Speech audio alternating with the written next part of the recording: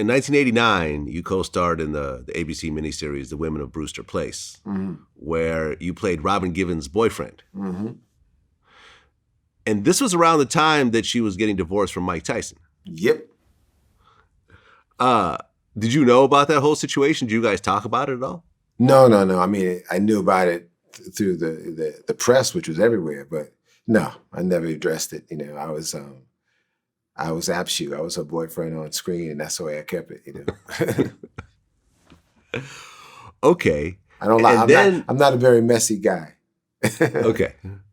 Well, and then in that same year, you were in the Madonna video, Like a Prayer. They actually came out within 10 days of each other. So it was, it was a pretty interesting time for me in the press. Okay. And, you know, people really have to understand how big Madonna was in 1989. Mm-hmm. Like, she was the biggest artist in the world. I mean, her and Michael Jackson were probably like neck and neck during that time. Yeah. I mean, you know, I don't know if they were neck and neck, but, you know, she was just, you know, it was her first record after her divorce. She was coming out strong. And, it was, I mean, she was at the top without a doubt. And you know, she's been on and off the top for a couple decades. So, you know, she definitely is earned the right to be called iconic. Oh yeah, but I mean, during like the late 80s, yeah, she was at her absolute height. Yeah, easily. Okay, so I mean, into the 90s, like I say, all that from like 89 when she came back to like 95, especially all that time was all Madonna. Right. All Madonna. Right. So they approach you to do this music video, and you turn them down twice. Yeah, well, I turned them down the first time because, I mean, you know, I was doing studio movies. I was like, why would I want to dance around in the video with Madonna? So I don't know anything else about the video except that, right? That's what I'm thinking. That's because that's what you do in music videos, especially with Madonna, right?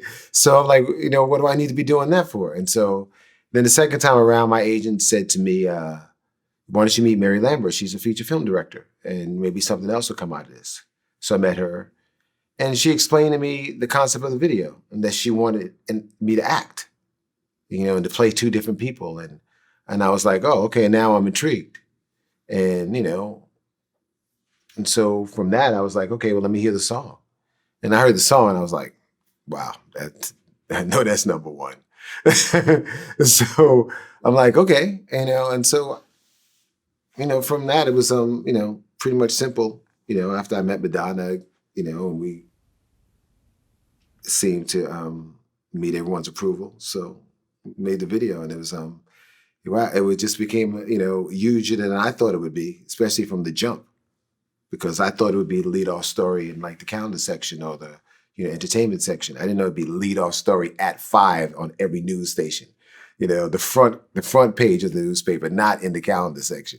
You know what I'm saying? So the whole concept of that video is very interesting.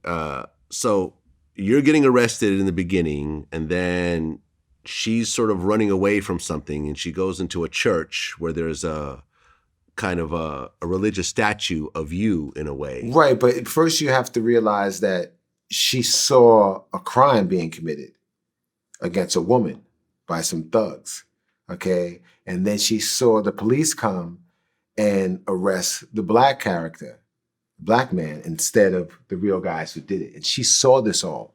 So what does she do now? Does she keep quiet, or does she go to the police? Well, what does she do? She goes to church for guidance, and she prays there. And in her experience of her prayer, the saint comes to life in her dream. And the video goes on. And at the end of the saint is Saint Martin de Porres? Yes. And at the end of it, she winds up making the right decision and going to the police and getting the innocent man out. Right. Very positive. And, very positive. Very positive. Right. And at one point, her hands are bleeding like Christ, pretty much. Yeah. Right. Her palms. Yeah. When she pulls away. Yeah. And did she kiss your feet at some point? Yeah. Okay, having Madonna kiss your feet on camera is not a bad look. No. It's definitely one of the selling points. Yeah. And you guys actually kiss at one point. Yeah, of course, definitely. Right.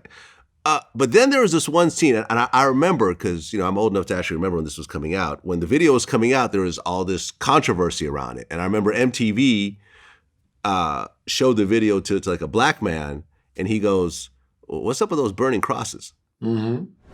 And she's like dancing in front of a bunch of burning crosses. Number Right. one, what was the significance of that? Well, that I can't tell you. I wasn't the writer of the video, but I would imagine it's a visual effect, and that's it.